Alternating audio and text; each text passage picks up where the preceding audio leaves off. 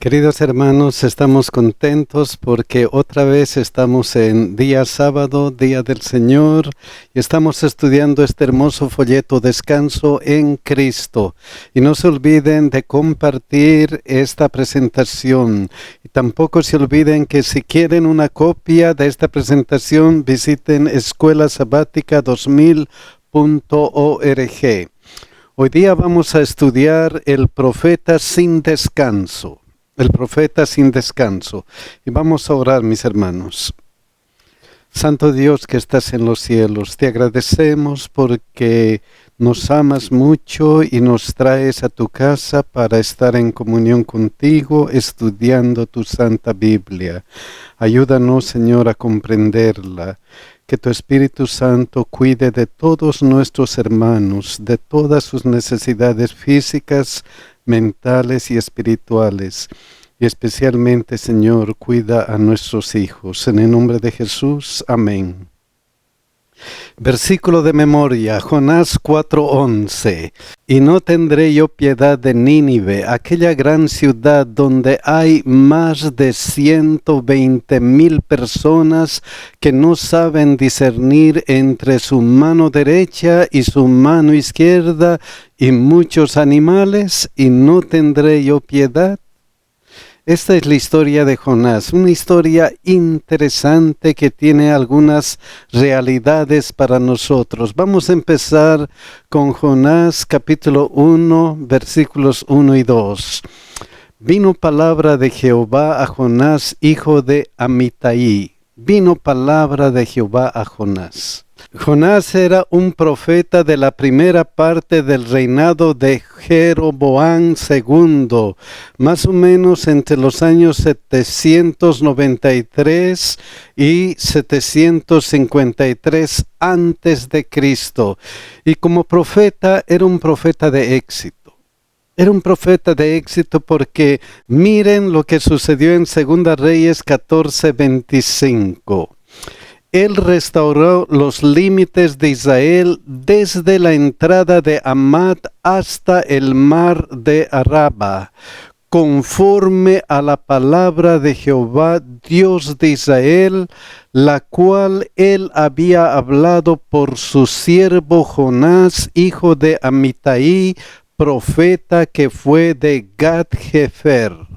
O sea, él tuvo éxito en su predicación, tuvo éxito en la predicación hacia el pueblo de Israel.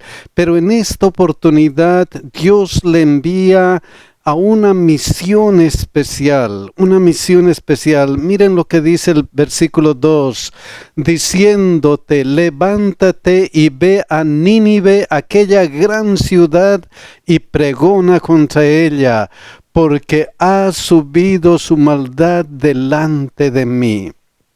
Una ciudad realmente malvada. ¿Por qué será? ¿Por qué será que Dios ve a esa ciudad malvada, a esa ciudad corrupta y envía a un profeta? ¿Por qué? ¿Por qué? ¿Por qué a esa ciudad malvada? Es que Juan 3:16 dice, porque de tal manera amó Dios al mundo, a todo el mundo, no importa quién. No importa si la ciudad es malvada como Nínive, no importa. Dios ama a cada uno de los que habitan el mundo, a todos los que nosotros estamos aquí. Dios nos ama. Dice, porque de tal manera amó Dios al mundo, que ha dado a su Hijo unigénito, para que todo aquel que en él cree no se pierda, mas tenga vida eterna. ¿Por qué a una ciudad malvada? ¿Por qué predicar a una ciudad que parece que no tiene esperanza? Solamente porque Dios ama esa ciudad. Y no solamente eso, miren lo que dice Juan 10:16. También tengo otras ovejas que no son de este redil, aquellas también debo traer, y oirán mi voz, y habrá un rebaño y un pastor. Sí, estas ovejas también tienen que escuchar la palabra de Dios, tenían que escuchar la palabra de Dios, y esa era la misión del pueblo de Israel. Esa era la misión de los profetas del pueblo de Israel, porque miren lo que dice Isaías 61 al 3. Levántate, resplandece, porque ha venido tu luz y la gloria de Jehová ha nacido sobre ti, porque he aquí que tinieblas cubrirán la tierra y oscuridad las naciones, mas sobre ti amanecerá Jehová y sobre ti será vista su gloria, y andarán las naciones a tu luz y los reyes al resplandor de su nacimiento. Entonces esa era la misión del pueblo de Israel, como es nuestra misión. Predica, predica, no importa quién. Predica aunque veas que no tiene esperanza. Una ciudad, ¿de qué calidad? Una ciudad malvada. En gran manera malvada. Y miren lo que pasó con el profeta Jonás 1:3.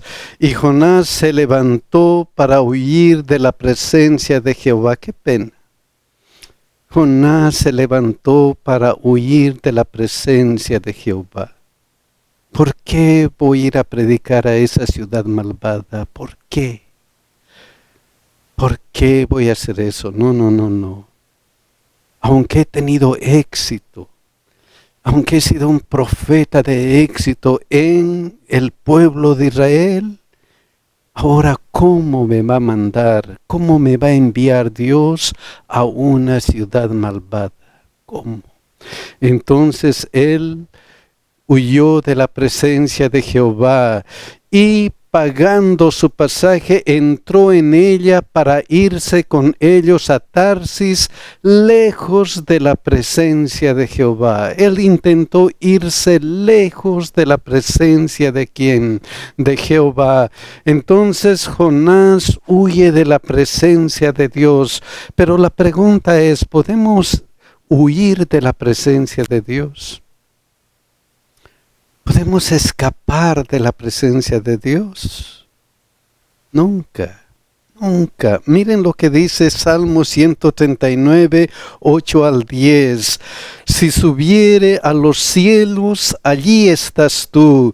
Y si en el Seol hiciere mi estrado, he aquí allí tú estás. Si tomare las alas del alba y habitare en el extremo del mar, aún allí me guiará tu mano y me asirá tu diestra. No importa dónde esté, no importa dónde quiera esconderme, Dios siempre me va a encontrar. No puedo huir de Dios. Adán se escondió y Dios fue a buscarle. ¿Dónde estás tú?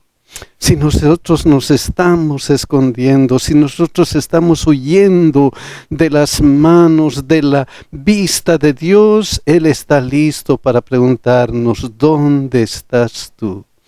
No podemos huir de la presencia de Dios. Y siempre busca. Dios hace algo. Dios hace algo, como en este caso, Jonás 1:4. Pero Jehová hizo levantar un gran viento en el mar, y hubo en el mar una tempestad tan grande que se pensó que se partiría la nave. Jonás huyó, pero Dios fue a buscarle. Fue a buscarle mediante esto. Jehová hizo levantar un gran viento en el mar. Y después, si nosotros estudiamos la historia y vemos cómo Jonás se sintió culpable de que este acontecimiento natural estaba ocurriendo, miren lo que hizo Dios. Jonás 1:17. Pero Jehová tenía preparado un gran pez que tragase a Jonás, y estuvo Jonás en el vientre del pez 3 días y 3 noches. todo lo preparó ¿quién? Dios. Todo lo preparó Dios. Y eso es importante porque aunque nosotros tratemos de oír, Dios de alguna manera nos va a buscar. De alguna manera, como buscó a Jonás, hizo levantar un gran viento y cuando le lanzaron a él al mar, Jehová tenía preparado un gran pez que tragase a Jonás. Y miren lo que ocurrió luego, Jonás 2, 1 al 4. Entonces oró Jonás a Jehová su Dios desde el vientre del pez y dijo, invoqué en mi angustia a Jehová y él me oyó. Desde el seno del Seol clamé y mi voz oíste. Me echaste a lo profundo en medio de los mares y me rodeó la corriente. Todas tus ondas y tus olas pasaron sobre mí. Entonces dijo, desechado soy de delante de tus ojos, mas aún veré tu santo templo. ¡Qué oración! ¡Qué oración! Estuve desechado, mas voy a verte en tu santo templo. ¿Por qué el santo templo era importante para Jonás? ¿Por qué era importante para el pueblo de Israel? Era importante porque, miren lo que dice Éxodo 25, 8. Y harán un santuario para mí y habitaré en medio de ellos. Es que Dios prometió estar con su pueblo. Dios prometió estar en su santuario.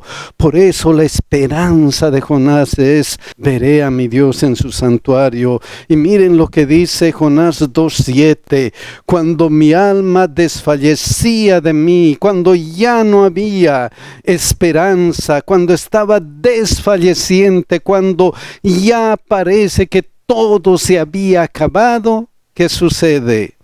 Me acordé de Jehová y mi oración llegó hasta ti en tu santo templo. Qué hermoso. Cuando ya no había esperanza, dije, oh mi Dios, sálvame, sálvame.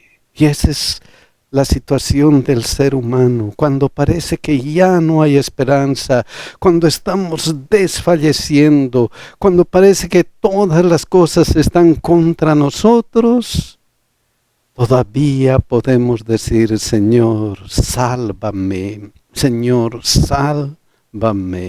Qué importante. Entonces, miren lo que pasa en Jonás 2, 8 al 10. Los que siguen vanidades ilusorias, su misericordia abandonan. Mas yo, con voz de alabanza, te ofreceré sacrificios, pagaré lo que prometí. La salvación es de Jehová. Qué final de oración. Yo no tengo esperanza. Yo puedo prometer, puedo pagar todo, pero al final de todo, la salvación ¿de quién es? Solamente es de Dios. Dios es el Salvador. Dios es el que nos ayuda. ¿Y qué pasó? Y mandó Jehová al pez y vomitó a Jonás en tierra. Entonces Jonás tiene 3 días para meditar y orar. Jonás medita y ora en esos 3 días que estaba en el estómago de aquel animal. Pero va más la historia. Miren lo que dice Jonás 3, 1 al 3. Vino palabra de Jehová por segunda vez a Jonás diciendo, levántate y ve a Nínive, aquella gran ciudad, y proclama en ella el mensaje que yo te diré. Otra vez la misma misión, levántate y ve a Nínive. Después que él había tratado de huir, después de que él había tratado de separarse definitivamente de Dios, y Dios con amor le atrae y con amor le hace ver que él estaba mal, después de toda esa situación, ahora Dios le da la misma misión. ¿Y qué es lo que hace Jonás? Y se levantó Jonás y fue a Nínive conforme a la palabra de Jehová. Y era Nínive ciudad grande en extremo de 3 días de camino. Era grande en extremo. ¿Y qué hizo? Jonás 3:4. Y comenzó Jonás a entrar por la ciudad camino de un día y predicaba diciendo: de aquí a 40 días Nínive será destruida. De aquí a 40 días Nínive será destruida. ¿Y qué pasó con Nínive? ¿Qué pasó con Nínive?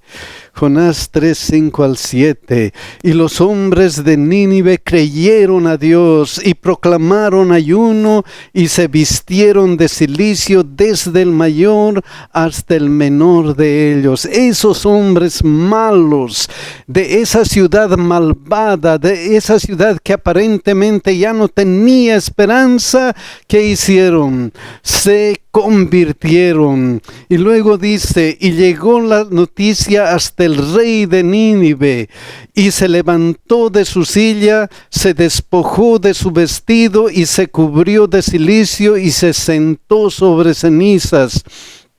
E hizo proclamar y anunciar en Nínive por mandato del rey y de sus grandes, diciendo: hombres y animales, bueyes y ovejas, no gusten cosa alguna, no se les dé alimento ni beban agua. Qué importante. Todo el pueblo, incluyendo el rey, se convirtieron a Dios. ¿Por qué? ¿Por qué? ¿Por qué se convirtieron ellos? ¿Por qué a la predicación de Jonás hubo un resultado en estos hombres que parecía que no tenían esperanza? ¿Por qué? Miren lo que dice Isaías 55:11. Así será mi palabra que sale de mi boca, no volverá a mí vacía. Esa es la prueba de este versículo. Ellos recibieron la palabra de Dios, se les predicó y esa palabra no volvió vacía. No volvió vacía. Miren lo que continúa. Sino que hará lo que yo quiero y será prosperada en aquello para que la envíe. Entonces la palabra de Dios es eficaz. La palabra de Dios cumple su misión. La palabra de Dios hace que personas, no importa cuál sea su condición, personas malvadas como las de Nínive, puedan convertirse. ¿Por qué? Porque Dios tienes amor a cada uno de nosotros. Entonces Jonás cumple su misión. Jonás cumple su misión. Y cuando él cumple su misión, ¿cómo debería reaccionar él? ¿Cómo reaccionaría si tú predicas y la gente se convierte? ¿Cómo deberíamos reaccionar? ¿Cómo reacciona Dios? ¿Cómo reacciona Dios? Miren cómo reacciona Dios. Lucas 15:10. Dios y los ángeles. Así os digo que hay gozo delante de los ángeles de Dios por un pecador que se arrepiente. Hay gozo en los cielos por pecadores que se arrepienten. Por una ciudad que se había arrepentido. Hay gozo en los cielos. ¿Y cómo reaccionó Jonás? Eso es interesante ver cómo lo hizo él. Jonás 4:1. Pero Jonás se apesadumbró en extremo y se enojó. qué contraste. ¿Qué es lo que estaba pasando en Jonás? ¿Por qué se enojó? ¿Por qué él se enojó si él tuvo éxito? Si su palabra, la palabra de Dios tuvo éxito, se convirtieron las personas. ¿Por qué entonces él se enojó? Porque miren lo que dice Jonás 4:2. Lloró a Jehová y dijo: ahora, oh Jehová, ¿no es esto lo que yo decía estando aún en mi tierra? Por eso me apresuré a huir a Tarsis, porque sabía que tú eres Dios clemente y piadoso, tardo en enojarte y de grande misericordia, y que te arrepientes del mal. Yo sabía que si predico que si la ciudad iba a ser destruida y ellos se arrepienten, tú no ibas a destruirla. Y por eso yo me escapé. Por eso yo huí, por eso ahora estoy enojado. Miren lo que dice la hermana de Huay. Cuando Jonás conoció el propósito que Dios tenía de perdonar a la ciudad, que a pesar de su maldad había sido inducida a arrepentirse en saco y ceniza, debería haber sido el primero en regocijarse por la asombrosa gracia de Dios. Pero en vez de hacerlo, permitió que su mente se espaciase en la posibilidad de que se lo considera falso profeta. Celoso de su reputación, perdió de vista el valor infinitamente mayor de las almas de aquella miserable ciudad. Lo que prevalicó fue, ¿qué cosa? Su orgullo. Nada más que su orgullo. Si no se cumple lo que yo digo, esta ciudad va a ser destruida en 40 días, ¿qué va a pasar? ¿Me van a decir que soy falso profeta? Y él nunca pensó en que Dios le había enviado para que ese pueblo se arrepienta. Nunca pensó. Él pensó solamente en él y nada más que en él. Entonces se puso celoso de su reputación. Jonás 4:3 llegó hasta este extremo. Ahora pues, oh Jehová, te ruego que me quites la vida, porque mejor me es la muerte que la vida. Qué pena. ¿Hasta dónde uno puede llegar con su orgullo? ¿Hasta dónde podemos llegar con un orgullo mal visto, mal hecho? ¿Hasta dónde? Señor, ya no quiero vivir. Ya no quiero vivir. Entonces Jonás 4:4, miren lo que le dice Dios. Y Jehová le dijo: ¿haces tú bien en enojarte tanto? A veces cuando las cosas no nos salen bien, a veces cuando hay una enfermedad grave y no se sale de la enfermedad, cuando perdemos el trabajo, cuando perdemos a una persona querida, nos enojamos contra Dios, nos enojamos y comenzamos a decir: ¿dónde está Dios? ¿Dónde estaba Dios? Así como Jonás, no comprendemos los misterios de Dios. Pero Dios le pregunta a Jonás: ¿haces tú bien en enojarte tanto? Eso es lo que nos pregunta a nosotros. ¿Haces tú bien en enojarte con tu Dios? ¿Hacemos bien? Claro que no, claro que no. Luego de una conversación con Jonás, Dios otra vez le dice: y no tendré yo piedad de Nínive, aquella gran ciudad donde hay más de 120,000 personas que no saben discernir entre su mano derecha y su mano izquierda, y muchos animales, y yo no voy a tener piedad de esas personas que están vagando sin sentido. Es que porque de tal manera amó Dios al mundo, Dios ama a cada persona. Él tiene piedad de todas las personas, solamente le envía para que nosotros podamos predicar. Él nos envía para que nosotros podamos compartir la palabra de Dios a aquellos que no conocen, y Dios va a hacer lo que Él desea con ellos. Entonces Jonás es un misionero sin descanso porque piensa que Dios le ha abandonado. Pero miren lo que dice Judas 1, 20 y 21. Miren lo que dice: pero vosotros, amados, edificaos sobre vuestra santísima fe. Ahora nos está hablando a nosotros. Dice: orando en el Espíritu Santo, conservaos en el amor de Dios, esperando la misericordia de nuestro Señor Jesucristo para vida eterna. Pero ustedes, dice, conságrense completamente a Dios. Ese es el llamado para nosotros. Nosotros tenemos que consagrarnos, orar a nuestro Dios. Y luego ¿qué? Miren lo que dice Judas 1, 22 a 23. A algunos que dudan, convéncedlos. A otros salvad, arrebatándolos del fuego. Y de otros tened misericordia con temor, aborreciendo aún la ropa contaminada por su carne.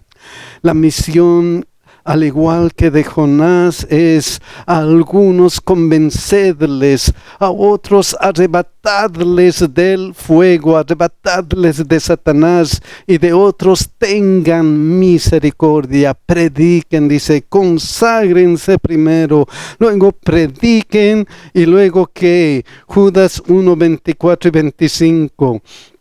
Y aquel que es poderoso para guardaros sin caída y presentaros sin mancha delante de su gloria con gran alegría, al único y sabio Dios nuestro Salvador, sea gloria y majestad, imperio, potencia, ahora y por todos los siglos. Amén. Y aquel que es poderoso para ayudarnos.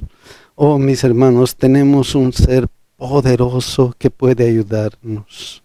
Que la historia de Jonás nos ayude a meditar y a decir: Señor, Señor, yo quiero predicar tu evangelio, no importa qué. No importa qué, porque ese es tu pedido. Eso es tu pedido, y quisiera, Señor, que me ayudes a cumplir tu voluntad. Mis hermanos, que Dios nos bendiga y que nos ayude a cumplir su voluntad. Que Dios nos cuide.